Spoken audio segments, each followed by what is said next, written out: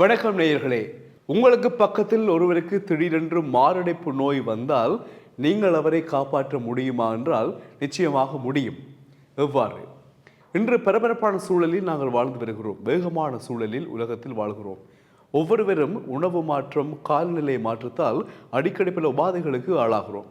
அதிலும் குறிப்பாக இளைஞர்களுக்கெல்லாம் இப்பொழுது வரக்கூடிய இந்த மாரடைப்பு நோய், இது பொதுவாக ஜிம்மில் இருக்கிற போதோ அல்லது பிளே கிரவுண்டில் இருக்கின்ற போதோ ஆஃபீஸில் இருக்கிற பொழுதோ திடீரென்று நெஞ்சை பிடிச்சு கூட அப்படியே விழுந்து மரணமாகக்கூடிய ஒரு அபாயகரமான நோய் தான் இந்த மாரடைப்பு நோய். இது எல்லோரும் அதிகமாக சந்தித்துக் கொண்டிருக்கக்கூடிய ஒரு பாரதூரமான பாரிய நோய். அவ்வாறு எங்கள் கண்முன் ஒருவர் மாரடைப்பு ஏற்பட்டு கீழே விழுந்தால் முதலுதவி செய்வதன் மூலம் அவரை காப்பாற்ற முடியும் என்கின்றார்கள். அது சரியான முறையில் அமைய வேண்டும் என்றும் சொல்லுகின்றார்கள். என்ன செய்ய வேண்டும் என்றால், உங்களுக்கு முதலில் பக்கத்தில் இருக்கின்றவர் மாரடைப்பினால் விழுந்தால், நெஞ்சை பிடித்துக் கொண்டு விழுந்தால் உடனடியாக அவரை சமமான ஒரு தரையில் நேராக படுக்க வைக்க வேண்டும். அடுத்த கட்டமாக விரைவாக எங்களுடைய தோள்பட்டையுடன் கைகள் இணையும் பட்சத்தில் இணைகின்ற மாதிரி வைத்துக்கொண்டு அவர்களுடைய மார்பின் நடுப்பகுதியில் வைத்து 30 தடவைகள் அழுத்த வேண்டும். அழுத்துகின்ற பொழுது அவருடைய மார்பு சீரான இடைவெளியில் ஏறி இறங்குவதை அவதானிக்க வேண்டும். அவ்வாறு அமர்த்துகின்ற பொழுது அவர் உயிர் பிழைப்பதற்கான வாய்ப்புகள் அதிகமாக இருக்கிறது என்று மருத்துவர்கள் சொல்லுகின்றார்கள்.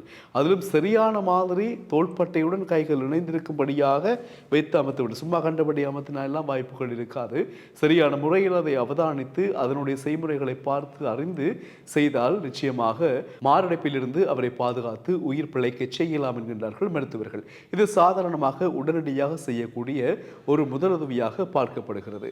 அதே போல இன்னும் ஒரு பதிவை நாங்கள் பார்த்திருந்தோம். அதில் குறிப்பிட்ட விடயம், ஒருவருக்கு மாரடைப்பு வந்தால் லேசாக 2 கைகளை மேலே தூக்கியவாறு இயன்ற வரையில் மூச்சை நன்றாக இழுத்து மெதுவாக வெளியிடுதல் கூட ஒரு தீர்வாக அமையும் என்று அவ்வாறு நாங்கள் படித்திருந்தோம். ஆனால் அது எவ்வளவுத்துக்கு சாத்தியம் என்று தெரியவில்லை. என்றால் மாரடைப்பு வந்து ஒருவர் மிகுந்த வேதனையோடு படுகிற பொழுது கையை தூக்கி மூச்சு இழுத்து விடுவது என்பது சாத்தியமாகாது.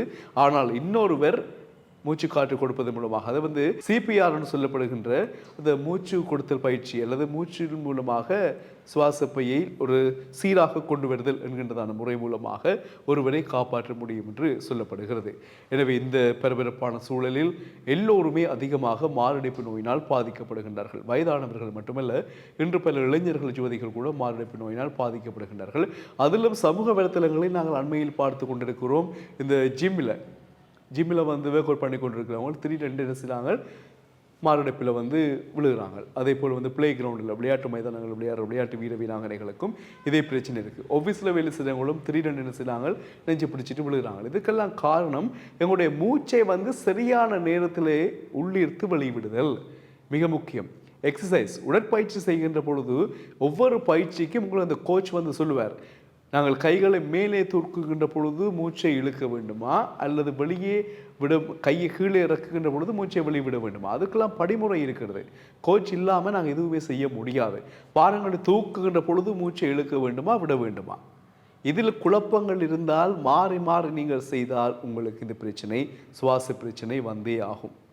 ஏனென்றால் கோச்சினுடைய எந்த விதமான பயிற்சிகளும் இல்லாமல், பயிற்றுவிப்புகளும் இல்லாமல் நீங்களாகவே கடினமான பயிற்சிகளை, உடற்பயிற்சிகளை மேற்கொள்கின்ற பொழுது உங்களுக்கு சுவாச பிரச்சனை வரலாம்.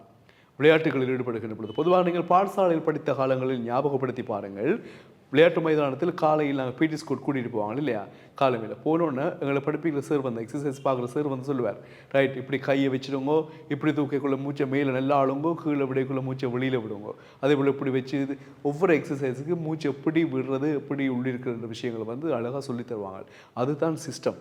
அது இல்லாமல் நாங்கள் மாறி மூச்சை விடுகிற பொழுது எங்களுக்கு மூச்சு பிரச்சனை வரலாம். எனவே மிக கவனமாக இருங்கள். மாரடைப்பு இன்று இளைஞர்களுக்கு ஏற்படுகின்ற ஒரு பாடுதரமான நோயாக மாறி இருக்கிறது. எங்களுடைய கவன ஈனமும் காலநிலை மாற்றமும் சரியான உணவு பழக்க வழக்கமும் இல்லாதது இந்த மாரடைப்புக்கு காரணமாக இருக்கிறது. அவதானமாக இருப்போம், விழிப்புடன் செயற்படுவோம், நீண்ட காலம் சிறப்பாய் வாழ்வோம். வணக்கம் நேயர்களே.